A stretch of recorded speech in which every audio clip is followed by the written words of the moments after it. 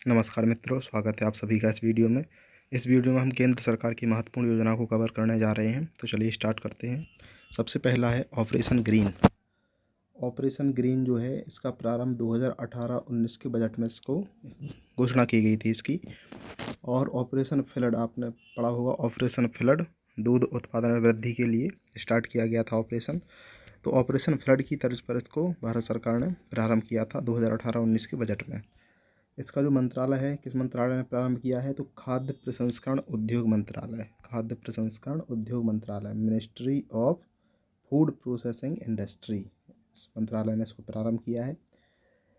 इसका काम क्या है, तो टॉप जो फसलें हैं, टी सी टोमेटो, पोटैटो और ऑनियन पोटैटो, जो टॉप 3 फसलें ए और 22 अन्य कृषि जो उत्पाद हैं, इनको इसमें शामिल किया गया है ऑपरेशन ग्रीन के तहत।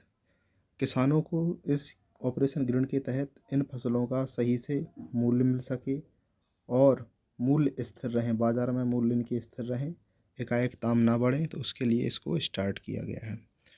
मूल्य स्थिरता हेतु नोडल एजेंसी किसको बनाया गया है, नेफेड को मूल्य स्थिरता के लिए नोडल एजेंसी बनाया गया है। और इसमें कहा गया है कि जो किसान उत्पादक संगठन है, फार्मर प्रोड्यूसर ऑर्गेनाइजेशन है, उनको सब्सिडी दी जाएगी। तो एफपीओ को सब्सिडी का प्रावधान है।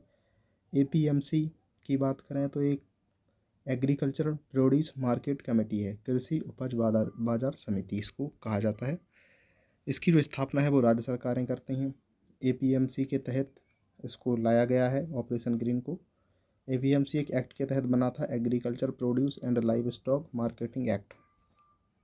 एपीएमसी जो है, एपीएमसी मंडी जो होती हैं उनकी एक ट्रेडिंग साइट है पूरे देश भर की, तो उसको कहा जाता है एनएम, राष्ट्रीय कृषि बाजार, नेशनल एग्रीकल्चर मार्केट।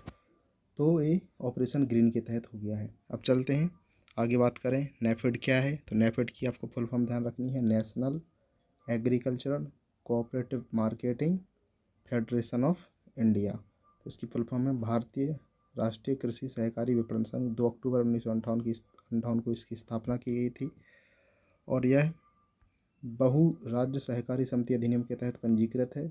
ग्रामीण विकास मंत्रालय से नेफेड का संबंध है। चलते हैं अगली योजना पर, प्रधानमंत्री किसान संपदा योजना। खाद्य प्रसंस्करण उद्योग मंत्रालय के द्वारा इसको 2017 में प्रारंभ किया गया था, प्रधानमंत्री किसान संपदा योजना। संपदा की फुल फॉर्म क्या है, पहले इसको संपदा कहा जाता था, scheme for agro marine processing and development of agro processing cluster. अर्थात स्कीम है, ये योजना है एग्रो मैरीन, कृषि और मैरीन मतलब समुद्री प्रोसेसिंग, जो उसके उत्पाद हैं उनकी प्रोसेसिंग के लिए, प्रसंस्करण के लिए, development of agro processing cluster, और क्लस्टरों का निर्माण किया जाना है एग्रो प्रोसेसिंग का। इसके अंतर्गत यह एक अम्ब्रेला योजना है। इसके तहत कई घटक योजनाएं चलाई जा रही हैं, जैसे मेगा फूड पार्क की स्थापना ऑपरेशन ग्रीन इसी के तहत चलाया जा रहा है, ऑपरेशन ग्रीन जो हमने पढ़ा।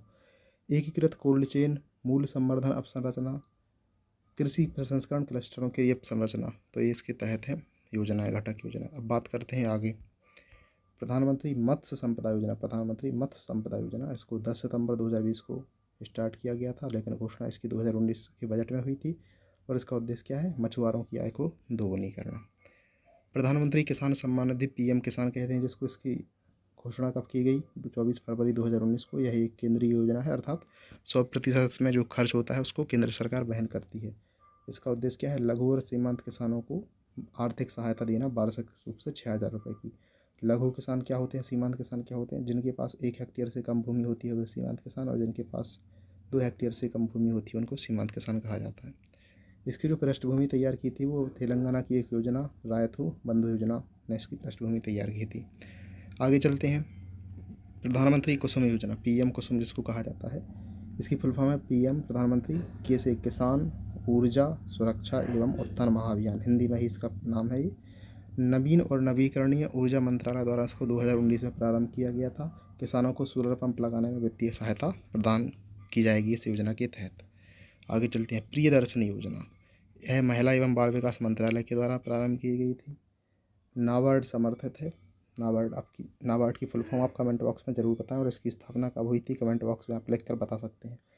मध्य गंगा मैदानी भागों में स्वयं सहायता समूह SHG सेल्फ हेल्प ग्रुप्स को बढ़ावा देने हेतु प्रियदर्शनी योजना को प्रारंभ किया गया था। अब बात करते हैं दीनदयाल उपाध्याय अंत्योदय योजना। इसको 25 सितंबर 2014 को प्रारंभ किया गया था।